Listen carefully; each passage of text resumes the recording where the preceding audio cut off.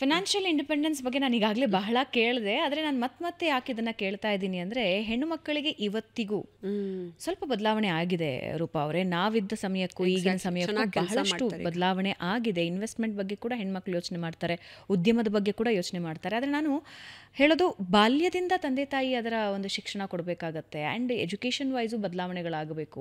Only marks oriented ಅಲ್ಲ ಅನ್ನೋದು. ನಿನ್ಗೆ ಯಾಕಿದೆಲ್ಲ ಬರೀ ಓದು, ನಿನ್ಗೆ ಯಾಕೆ ಕಷ್ಟ? ಸ್ಟಾರ್ಟ್ಸ್ ಫ್ರಮ್ ಹೋಮ್, ಮನೆಯಿಂದನೇ ಶುರು ಆಗುತ್ತೆ. ಅಪ್ಪ ಹೇಳ್ತಾರೆ ಓದು. ಬಟ್ ಖುಷಿ ವಿಷಯ ಏನಂದ್ರೆ, ಮೊದಲೆಲ್ಲಾದ್ರೆ ಯಾಕೆ ಓದಬೇಕು ಹೆಣ್ಮಕ್ಳು ಅನ್ನೋದ್ರಿಂದ ಇವತ್ತು ಓದು ಅನ್ನೋವರೆಗೆ ಬಂದಿದ್ದಾರೆ. ಓದು, ಮಾರ್ಕ್ಸ್ ತಗೋ, ಒಳ್ಳೆ ಕೆಲಸಕ್ಕೆ ಸೇರ್ಕೋ ಅಂತ ಹೇಳ್ತಾರೆ. ಆದರೆ ಬೇಸಿಕ್ ನಾಲೆಡ್ಜ್, ಉಳಿತಾಯದ ಬಗ್ಗೆ ಅಥವಾ ಜೀವನ ಯಾವ ರೀತಿ ಬದುಕಬೇಕು ಅನ್ನೋದ್ರ ಬಗ್ಗೆ, ಹ್ಯಾಂಡಲ್ ಪೀಪಲ್, ಜನರ ಜೊತೆ ಹೆಂಗೆ ಬರೀಬೇಕು, ಹೆಣ್ಮಕ್ಳಂತೂ ಬೆರೆಯೋಂಗೇ ಇಲ್ಲ, ಗಂಡು ಮಕ್ಳ ಜೊತೆ ಮಾತಾಡೋ ಹಾಗಿಲ್ಲ. ಅವರ ತಂದೆ ತಾಯಿ ಭಯ ನಿಜ, ಆದರೆ ಮಕ್ಕಳನ್ನ ಇಂಡಿಪೆಂಡೆಂಟ್ ಆಗಿ ಬೆಳೆಸೋದನ್ನ ಇವತ್ತಿಗೂ ತಂದೆ ತಾಯಿ ಕಲ್ತಿಲ್ಲ. ಇವಾಗೆಲ್ಲ ಬಿಟ್ಟಿದ್ದಾರೆ ಗಂಡು ಮಕ್ಳ ಜೊತೆ ಮಾತಾಡೋಕ್ಕೆ. ಬಟ್ ಇದೇನಂದ್ರೆ ಎಕ್ಸ್ಟ್ರೀಮ್ ಲೆವೆಲಲ್ಲಿ ಏನಂದ್ರೆ ಬಿಸ್ನೆಸ್ ಮಾಡೋದ್ರಲ್ಲಿ ಹೆಂಗೆ ಹ್ಯಾಂಡಲ್ ಮಾಡಬೇಕು ಹುಡುಗರ ಜೊತೆ ಅನ್ನೋದು ಹೇಳ್ಕೊಟ್ರಲ್ಲ ವ್ಯಕ್ತಿಗಳನ್ನ. ಬಿಕಾಸ್ ಬಿಸ್ನೆಸ್ ಅಂದಾಗ ಒಬ್ಬ ಕೆಳಗಡೆ ಇರೋ ಸೆಕ್ಯೂರಿಟಿಯಿಂದ ಹಿಡಿದು ಮೇಲ್ಗಡೆ ಇರೋ ಹೈಯರ್ ಲೆವೆಲ್ ವ್ಯಕ್ತಿಗಳ ತನಕನೂ you have to deal with them, you have to interact with them. ಹೋದ ತಕ್ಷಣ ಆ ಟೇಬಲಲ್ಲೇ ಕ್ಲೋಸ್ ಮಾಡು ಬಿಸ್ನೆಸ್ನ ಅನ್ನೋದು ನಿಜವಾಗ್ಲೂ ನನಗೆ ನನ್ನ ಸಾಕು ತಂದೆ ರವಿ ರಾಜಗೋಪಾಲ್ ಅವರು ಹೇಳ್ಕೊಟ್ರು. ಎಷ್ಟೋ ಸತಿ ನಾ ಬಂದು, ಅಯ್ಯೋ ನಾ ಕೇಳಿದಷ್ಟು ಅವ್ರು ದುಡ್ಡು ಕೊಡ್ತಿಲ್ಲ ರವಿ, ನಾವು ಮಾಡಲ್ಲ ಅಂತ ಹೇಳಿದ್ರೆ, ಇಲ್ಲ ನಿಂಗೆ ಆಪರ್ಚುನಿಟಿ ಮತ್ತೆ ಬರಲ್ಲ, ಯು ಕ್ಲೋಸ್ ಇಟ್, ನೀನು ಟೇಬಲಲ್ಲಿ ಕೂತಿದ್ದಾಗಲೇ ಮುಗಿಸ್ಬೇಕು. ಆಮೇಲೆ ಕೆಲವು ವಿಚಾರಗಳನ್ನು, ಈಗ ಅಪ್ಪ ಅಮ್ಮ ಯಾವುದೋ ಒಂದು ಇಂಡಿವಿಜುವಲಿ ಒಂದು ಕೆಲಸಕ್ಕೆ ಹೋಗ್ತಿರ್ತಾರೆ. ಬಟ್ ಮಕ್ಕಳು ನಮ್ಮ ಏಜಿಗೆ ಹಂಗೆ ಒಂದು ಕೆಲಸದ ದುಡ್ಡು ಸಾಲಲ್ಲ. ಆವಾಗ ನೀವು ಮಲ್ಟಿ ಟಾಸ್ಕ್ ಮಾಡಬೇಕು, multiple business, multiple source of income ಬರಬೇಕು ಅಂತ ಎಲ್ಲವನ್ನೂ ಹ್ಯಾಂಡಲ್ ಮಾಡೋದನ್ನ ಕಲ್ತಿರಬೇಕು. ಆಮೇಲೆ ಚಿಕ್ಕ ವಯಸ್ಸಿಂದ ಬರೀ ಓದು ಓದು ಓದು ಅಂತಂದಾಗ ನಿಂಗೆ ಎಕ್ಸ್ಪೋಜರೇ ಇರಲ್ಲ. ಜನಗಳ ಜೊತೆ ಮಾತಾಡೋದು ಹೆಂಗೆ ಅಂತ ದ ವೇ ಆಫ್ ಟಾಕಿಂಗು ಗೊತ್ತಿರಲ್ಲ. ಆವಾಗ ತಕ್ಷಣ ಮಾತಾಡ್ತಿದ್ರೆ ಗಂಡು ಮಕ್ಳು ಎಸ್ಪೆಷಲಿ ಈಗೋ ರೈಸ್ ಮಾಡ್ಕೊಂಡು ಅದು ಮಾಡೋ, ಇದು ಮಾಡೋ ಅಂತಂತಾರೆ ಹೊರತು ಅವ್ರಿಗೆ ಒಂದು ವೇ ಆಫ್ ಹ್ಯಾಂಡ್ಲಿಂಗ್, ಇದು ಒಂದು ಪ್ರಾಸೆಸ್ಸಲ್ಲಿ ಹೋಗಿ ಹೋಗಿ ಹೋಗಿ ನಾನು ಹಿಂಗೆ ಪ್ರಾಫಿಟ್ ನೋಡಬೇಕು ಅನ್ನೋದು ಗೊತ್ತಿರಲ್ಲ. ಮಾತಾಡಿದ್ರೆ ಲಕ್ಷಗಳಲ್ಲಿ ಹಿಂಗೆ ಕಣ್ಣು ಮುಂದೆ ಬಂದ್ಬಿಡಬೇಕು, ನೀನು ಕೆಲಸನೇ ಮಾಡಬಾರ್ದು. ಆ ಥರ ಮಕ್ಕಳು ಅತಿ ಆಸೆಗೆ ಹೋಗ್ತಾ ಇರೋದಕ್ಕೆ ಕಾರಣ ತಂದೆ ತಾಯಂದರು ಸ್ಲೋಲಿ ಮಕ್ಕಳಿಗೆ ಕೆಲಸಕ್ಕೆ ಕಳಿಸ್ಬೇಕು. ತುಂಬ ಓವರ್ ಪ್ರೊಟೆಕ್ಟಿವ್ ಆಗಿರಬಾರ್ದು.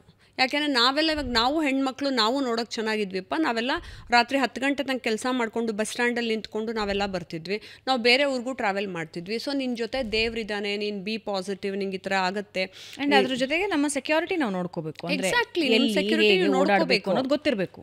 ಆಮೇಲೆ ಈಗೆಲ್ಲ ಏನು ಗೊತ್ತಾ, ಫ್ರೀಡಮ್ನ ಸೆಕ್ಯೂರಿಟಿನ ಮಿಸ್ಯೂಸ್ ಮಾಡಿಕೊಂಡು ಹೋಗ್ತಾರೆ 12 ಗಂಟೆ ತನಕ ಹೊರಗಡೆ. ಆದರೆ ಬೇರೆ ಕೆಲಸಕ್ಕೆ ದುಡಿಯೋಕ್ಕೆ ಅಂತಲ್ಲ, ಪಾರ್ಟಿ ಮಾಡೋಕ್ಕೆ ಹೋದ್ವಿ, ಯಾರ್ದೋ ಬರ್ತ್ಡೇ ಏನೋ ಟ್ರಿಪ್ ಹೋಗ್ತಿದ್ದೀವಿ ನಾವು, ಪಾರ್ಟಿಗೆ ಹೋಗಬೇಕು ಅದು ಹೇಳ್ತೀನಿ ನಾನು. ಇಲ್ಲ, ನಮ್ಮ ಮನೇಲೆಲ್ಲ ಡಿನ್ನರ್ಗೆ ಹೋಗ್ತೀವಿ ಫ್ಯಾಮಿಲಿ ಸಮೇತ, ಎಲ್ಲರೂ ಹೋಗ್ತೀವಿ.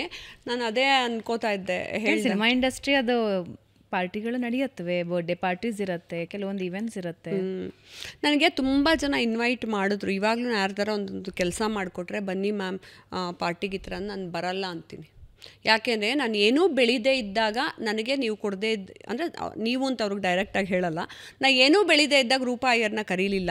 ಇವಾಗ ನನ್ನಿಂದ ಏನೋ ಒಂದು ನಿಮಗೆ ಕೆಲಸ ಆಯಿತು ಅಂದ್ಬಿಟ್ಟು ಬನ್ನಿ ಮೇಡಮ್ ಪಾರ್ಟಿ, ನಂಗೆ ಬೇಡ. ನಾನು ಈ ಲೆವೆಲಲ್ಲೇ ಇರ್ತೀನಿ. ನಾನು ನಿಮ್ಮ ಪಾರ್ಟಿಗೆ ಬಂದು ತಿಂದು ಡ್ಯಾನ್ಸ್ ಮಾಡಿ ಅಲ್ಲೆಲ್ಲ ಹೋಗೋದಕ್ಕೆ ನನಗೆ ಅವ್ರವ್ರ ಇಷ್ಟ, ಅವ್ರವ್ರು ಮಾಡ್ಕೊಳ್ಳೋದು ಅವ್ರವ್ರ ಇಷ್ಟ. ಅದು ದೊಡ್ಡವರು ಅಚೀವ್ ಮಾಡಿರೋರು ಮಾಡಲಿ, ನಾನು ಅದಕ್ಕೆ ಏನು ಕೊಂಕು ತೆಗೆಯಲ್ಲ. ನಾ ಹೇಳೋದು ಯಂಗ್ಸ್ಟರ್ಸು ಅಚೀವೇ ಮಾಡ್ದಿರಾ ನೀನು ಹೋಗಿ ಹೋಗಿ ಹೋಗಿ ಹೋಗಿ ಟೈಮ್ ವೇಸ್ಟ್ ಮಾಡ್ತಾ ಇದ್ದೀವಿ ಅಂದರೆ, ವೆನ್ ವಿಲ್ ಯು ಅಚೀವ್? ಒಂದು ಅಚೀವ್ ಮಾಡೋದು ಹೆಸರು, ಇನ್ನೊಂದು ಫೈನಾನ್ಷಿಯಲಿ ನೀವು ಹೇಳ್ದಂಗೆ ನೀನು ಇವತ್ತೇ ಪ್ಲ್ಯಾಟ್ಫಾರ್ಮ್ ಹಾಕ್ಕೊಂಡಿಲ್ಲ ಅಂತ ಹೇಳಿದ್ರೆ ಎಷ್ಟಿದೆ ಗೊತ್ತಾ ಕೆಲಸ. ನೀನೊಂದು ಕಂಪ್ನಿ ರನ್ ಮಾಡಬೇಕು ಅಂತಂದಾಗ ಆ ಬೇಸಿಕ್ ಇವ್ರಿಗೆಲ್ಲ ಬುದ್ಧಿಗಳೇ ಗೊತ್ತಿರಲ್ಲ. ಉದ್ಯೋಗ ಆಧಾರಲ್ಲಿ ಹೆಂಗೆ ತೊಗೋಬೇಕು, ಒಂದು ಬ್ಯಾಂಕ್ ಅಕೌಂಟ್ ಓಪನ್ ಮಾಡೋದಾಗಿರಲಿ, ಪ್ರತಿಯೊಂದು ಎಲ್ಲದಕ್ಕೂ ಅಪ್ಪ ಅಮ್ಮಂದರು ಪ್ರೊಟೆಕ್ಟಿವ್ ಆಗಿ ಹೋಗ್ತಾರೆ. ಮಕ್ಕಳನ್ನೇ ಇಂಡಿಪೆಂಡೆಂಟಾಗಿ ಕಳಿಸ್ಬೇಕೆಲ್ಲದಕ್ಕೂ. ಓಕೆ ರೂಪಾಯಿಯವರೇ, ಇವತ್ತಿನ ಸಮಾಜದ ಅದು ಕೂಡ ಯಂಗ್ಸ್ಟರ್ಸ್ನಲ್ಲಿ ಒಂದು ತುಂಬ ದೊಡ್ಡ ಸಮಸ್ಯೆ ಅಂತ ಹೇಳಿದ್ರೆ ಈ ಲವ್ ಸೆಕ್ಸ್ ಧೋಕಾ.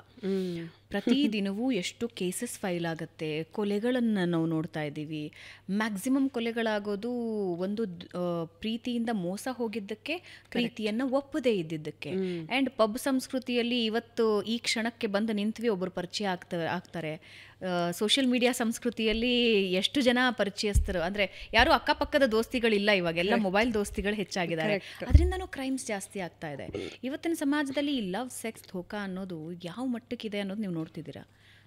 ಎಲ್ಲಿ ಇದು ಕಡಿವಾಣ ಹೆಂಗೆ? ಕಡಿವಾಣ ಫಸ್ಟ್ ತಂದೆ ತಾಯಿನೇ ಹಾಕಬೇಕಾಗಿರೋದು. ಯಾಕೆಂದರೆ ನಿಮಗೆ ಆ ಸ್ಟ್ರಾಂಗ್ ವ್ಯಕ್ತಿತ್ವ ಬೆಳೆಸದೇ ಇದ್ದಾಗ, ಸೆಲ್ಫ್ ರೆಸ್ಪೆಕ್ಟ್ ಮತ್ತು ಸೆಲ್ಫ್ ವ್ಯಾಲ್ಯೂ ಗೊತ್ತಿಲ್ಲದೆ ಇದ್ದಾಗ ಮಕ್ಕಳು ಈಸಿಲಿ ಆಕ್ಸೆಸಬಲ್ ಆಗಿ ಎಲ್ಲ ಕಡೆ ಓಡಾಡ್ತಾರೆ. ಆಮೇಲೆ ಈಸಿಲಿ ಎಲ್ಲರನ್ನೂ ಫ್ರೆಂಡ್ ಮಾಡ್ಕೋತಾರೆ. ತನ್ನ ಪ್ರೇಷಿಯಸ್ ಟೈಮನ್ನು ಪ್ರೈಮ್ ಟೈಮಲ್ಲಿ ಎಲ್ಲರ ಜೊತೆ ಚಾಟ್ ಮಾಡೋಕ್ಕೆ ವೇಸ್ಟ್ ಮಾಡ್ತಾರೆ. ಯಾಕೆ ಅಂದರೆ they don't know the purpose of there existence. ನಾನು ಯಾಕೆ ಹುಟ್ಟಿದ್ದೀನಿ, ನಾನು ಏನು ಮಾಡಬೇಕು, ನಾನು ಏನೇನೇನೇನು ಸಾಧಿಸಬೇಕು ಅನ್ನೋದನ್ನ ಹೇಳ್ಕೊಡಲ್ಲ. ತುಂಬ ಬಡತನದಲ್ಲಿರೋ ಮಕ್ಕಳಲ್ಲಿ ಆಯಿತು ಆ ಏಜಲ್ಲಿ ಒಂಚೂರು ಲವ್ ಆಗುತ್ತೆ, ಪ್ರೀತಿ ಆಗುತ್ತೆ, ಹಾರ್ಮೋನಲ್ ಚೇಂಜಸ್ ಅಂತ ಎಲ್ರಿಗೂ ಅಟ್ರಾಕ್ಷನ್ ಆಗುತ್ತೆ, ಅದು ತಪ್ಪಿಲ್ಲ. ಆದರೆ ಬಡತನ ಇರೋ ಮಕ್ಕಳಿಗೆ ಸ್ವಲ್ಪ ಜವಾಬ್ದಾರಿ ಇರುತ್ತೆ. ಅಯ್ಯೋ ನಮ್ಮಮ್ಮ ಬೈತಾರೆ, ನಮ್ಮಪ್ಪ ಬೈತಾರೆ, ನಾನು ಹಿಂಗೆ ಮಾಡಬೇಕು, ಒಂಚೂರು ದುಡಿಬೇಕು, ಏನೋ ಒಂದು ಮಾಡಬೇಕು ಅಂತ. ಆದರೆ ಆ ಕಡೆ ಮೈಂಡ್ ಇರೋದಿಲ್ಲ. ಸೊ ನಿಮಗೆ this is where spirituality helps. ಆಮೇಲೆ ತುಂಬ ಜನ ಮಕ್ಕಳಿಗೆ ನಾವು ಯಾವ ಮನೆಯಿಂದ ಬಂದಿದ್ದೀವಿ, ಮನೆಗೆ ಹೇಗೆ ಗೌರವ ತಂದು ಕೊಡಬೇಕು, ಆಯ್ತಪ್ಪ ನೀನು ಕೆಟ್ಟ ಮನೆಯಿಂದನೇ ಬಂದಿದ್ರು ನಿನ್ನ ಜನ್ರೇಷನಿಂದ ಬದಲಾಗ್ಬೋದಲ್ಲ, ಅದನ್ನು ಅಪ್ಪ ಅಮ್ಮ ಹೇಳ್ಕೊಡ್ಬೇಕಾಗತ್ತೆ. ನೀನು ಈ ರೀತಿ ಬದಲಾಗಬೇಕು, ನೀನು ಈ ರೀತಿ ಚೇಂಜ್ ಆಗಬೇಕು. ಆಮೇಲೆ ಚಿಕ್ಕ ವಯಸ್ಸಿಂದನೇ ನಾವೆಲ್ಲ ನೋಡಿ, ಹಿಂದೂಸ್ತಾನವು ಎಂದು ಮರೆಯದ ಭಾರತ ರತ್ನವು, ನಾವೆಲ್ಲ ಚಿಕ್ಕ ವಯಸ್ಸಿಂದನೇ ಯಾವುದೋ ಮೋಟಿವೇಶ್ನಲ್ ಫಿಲಮ್ಗಳನ್ನು ನೋಡ್ಕೊಂಡು ಬೆಳೆದವ್ರು, ನಾನು ಹಂಗಾಗಬೇಕು, ನಾನು ಹಂಗಾಗಬೇಕು ಅಂತ. ನೀವು ಅಪ್ಪ ಅಮ್ಮ ಚಿಕ್ಕ ವಯಸ್ಸಿಂದನೇ ಮಕ್ಕಳಿಗೆ ಮೋಟಿವೇಟ್ ಮಾಡದೆ ಬೆಳೆಸಲಿಲ್ಲ ಅಂದರೆ ಇಷ್ಟು ಕೋಟಿ ಜನದಲ್ಲಿ ಒಬ್ಬ ನಾರ್ಮಲ್ ಮನುಷ್ಯರಾಗಿ ಬದುಕಿದ್ದು ಸಾಯ್ತಾರೆ ನಿಮ್ಮ ಮಕ್ಕಳು. ಸೊ ಆ ಮಕ್ಕಳನ್ನ ಹಂಗೆ ಬೆಳೆಸದೇ ಇದ್ದದಕ್ಕೆ ಮೋಸ ಮಾಡ್ತಿರೋರು ಯಾರು? ಸಾರಿ ಟು ಸೇ ದಿಸ್, ಅಪ್ಪ ಅಮ್ಮಂದ್ರಿಗೆ ಸಾರಿ ಟು ಸೇ ದಿಸ್ ಅಪ್ಪ ಅಮ್ಮನೇ. ಯಾಕೆಂದರೆ ಮಕ್ಕಳಿಗೆ ಏನು ಫೌಂಡೇಶನ್ ಹಾಕಿ ಹೇಗೆ ತಲುಪಿಸ್ಬೇಕು, ಆಮೇಲೆ ಅವ್ರಿಗೊಂದು ಟಾರ್ಗೆಟ್ ಕೊಟ್ಟು ಇಷ್ಟು ದಿನದಲ್ಲೇ ಅದನ್ನ ಅಚೀವ್ ಮಾಡಬೇಕು ಅಂತ ನೀವು ಪುಷ್ ಮಾಡಲಿಲ್ಲ ಅಂತ ಹೇಳಿದ್ರೆ ಅವ್ರು ಮಾಡೋದೇ ಇಲ್ಲ. ಅಪ್ಪ ನಾಳೆ ಮಾಡ್ತೀನಿ ಬಿಡು, ಅಮ್ಮ ನಾಳೆ ನಾಡಿದ್ದು ಮಾಡ್ತೀನಿ ಬಿಡು, ಹಿಂಗೆ ಮಾಡ್ತೀನಿ ಬಿಡು, ಇವತ್ತು ನನ್ನ ಫ್ರೆಂಡನ್ನು ಮೀಟ್ ಮಾಡ್ಬೇಕು, ಹಂಗೆ ಮಾಡಬೇಕು ಅಂತಾರೆ. Slowly they'll get attach to somebody. ಅದರಲ್ಲಿ ಪ್ರೀತಿ ಅಂತ ಬೀಳ್ತಾರೆ, ಅವೆಲ್ಲ ವರ್ಕೂ ಆಗೋದಿಲ್ಲ. ಆಮೇಲೆ ಆ ಏಜಲ್ಲಿ ಮದುವೆನೂ ಆಗೋದಕ್ಕಾಗೋದಿಲ್ಲ. ಈಗ ಹಳೆ ಕಾಲದಲ್ಲೆಲ್ಲ ಚಿಕ್ಕ ವಯಸ್ಸಲ್ಲೇ ಮದುವೆ ಮಾಡ್ತಿದ್ರು. ಈಗಿನ ಏಜಲ್ಲಿ ಮದುವೆನೂ ಆಗೋದಿಲ್ಲ. ಆಮೇಲೆ ಇವಾಗ ಅದಂತೂ ರೂಢಿ ಆಗಿಬಿಟ್ಟಿರುತ್ತೆ, ಲವ್ ಬ್ರೇಕಪ್ ಆಗಿಬಿಡ್ತಾರೆ. ಇದೇ 10 ವರ್ಷದ ಹಿಂದೆ ನೋಡಿ, ಪಾಡ್ಕಾಸ್ಟಲ್ಲೂ ಬಂದು ಅನೇಕರು ಹೇಳ್ಕೊಳ್ಳೋಕ್ಕೂ ಸಂಬಂಧನ ಹೆದರ್ಕೊಳ್ಳೋರು ಮತ್ತು ಒಂದು ಸಂಕೋಚ ಪಟ್ಕೊಳ್ಳೋರು. ಇವತ್ತು ನೋಡಿ ಎಲ್ಲರೂ ಪಾಡ್ಕಾಸ್ಟಲ್ಲಿ ತನ್ನ ಕತೆಗಳನ್ನೇ ಹೇಳ್ಕೊತಾ ಕೂತ್ಕೋತಾರೆ. ನಾನು ಇಷ್ಟು ಜನಕ್ಕೆ ಹಿಂಗಿದ್ದೆ ಸಂಬಂಧ, ನನಗೆ ಇಷ್ಟು ಜನ ಹಿಂಗೆ ಮೋಸ ಮಾಡಿದ್ರು, ಹಿಂಗೆ ಮಾಡಿದ್ರು, ಹಂಗೆ ಮಾಡಿದ್ರು ಅಂತ.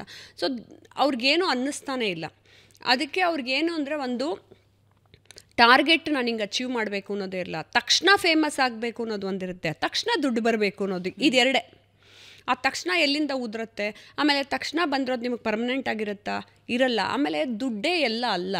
ನಿನ್ನ ಸ್ಟ್ರಾಂಗ್ ವ್ಯಕ್ತಿತ್ವ ಒಂದು ಮರ ನೆಡೋ ಥರ, ಒಂದು ಬೀಜ ಬಿತ್ತಿ ನೀನು ಮರ ಸ್ಟ್ರಾಂಗಾಗಿ ನೆಟ್ಟು ಅದಕ್ಕೆ ಬ್ರ್ಯಾಂಚಸ್ ಎಲ್ಲ ಬೆಳ್ಕೊಂಡು ನೀನು ಆದಾಗ ಸರಿ, ಬ್ರ್ಯಾಂಚ್ ಕಡಿದ್ರೂ ಪರವಾಗಿಲ್ಲ, ಸಮಾಜ ನಿನ್ನ ಮರ ನಿಂತಿರುತ್ತೆ. ಸೊ ಈ ರೀತಿ ಹೇಳ್ಕೊಡ್ಬೇಕಾದವ್ರು ಯಾರು? ಅಪ್ಪ ಅಮ್ಮ. ಸೊಸೈಟಿ ಹೇಳ್ಕೊಡಕ್ಕೆ ಬರೋದಿಲ್ಲ, ಇನ್ನೂ ಆಡ್ಕೋತಾರೆ ನಿಮ್ಮ ಮಕ್ಕಳು ನೋಡಿ. ಆ ಜವಾಬ್ದಾರಿಯನ್ನು ಅಪ್ಪ ಅಮ್ಮ ತೊಗೊಂಡು ಮಾಡಬೇಕು. ಹಾಗೆ ತುಂಬ ಜನಕ್ಕೆ ಮಾಡದೇ ಇರೋರೆ ಪಾಪ, they call me so many people, prime ಏಜಲ್ಲಿ ಸಿಕ್ಕಾಕೊಂಡ್ಬಿಟ್ಟಿರ್ತಾರೆ ಇನ್ ಬಿಟ್ವೀನ್.